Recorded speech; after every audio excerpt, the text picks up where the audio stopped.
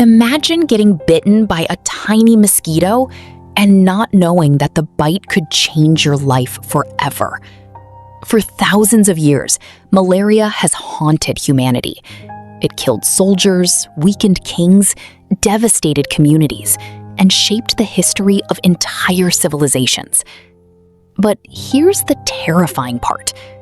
The mosquito wasn't the real killer. Something much smaller was hiding inside it. Long before modern hospitals and antibiotics, people living near swamps and wetlands noticed something strange.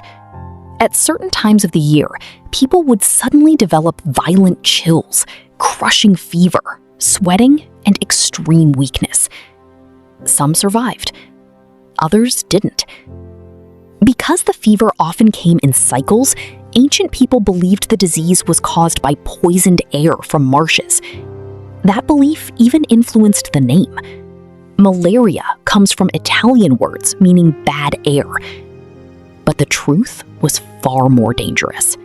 The real enemy was a parasite called Plasmodium, and its delivery system was the female Anopheles mosquito. When an infected mosquito bites a person, the parasite enters the bloodstream.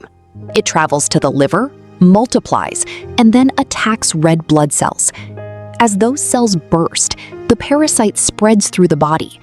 That is when the terrifying cycle of fever, chills, sweating, weakness, and illness can begin. The mosquito was only the messenger. The parasite was the invader. For centuries, malaria was not simply a medical problem. It affected where people could live.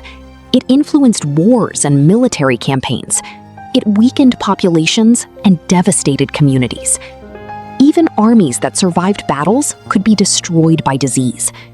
And because no one understood mosquitoes or parasites, people had almost no idea how to stop it. Then, science began to uncover the mystery.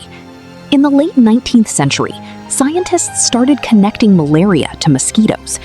British physician Sir Ronald Ross made a major breakthrough in 1897 when he demonstrated that malaria parasites could develop inside mosquitoes. Suddenly, an ancient mystery had a new explanation. Malaria wasn't caused by mysterious swamp air. It was being transmitted by mosquitoes. That discovery changed the fight against the disease. Draining standing water, controlling mosquitoes, using protective nets, and developing effective medicines became powerful weapons. But malaria didn't disappear. Far from it. Even today, malaria remains a major global health threat, especially in tropical and subtropical regions. And the reason is simple. The parasite keeps evolving. Mosquito populations can develop resistance to insecticides. The parasite can develop resistance to medicines.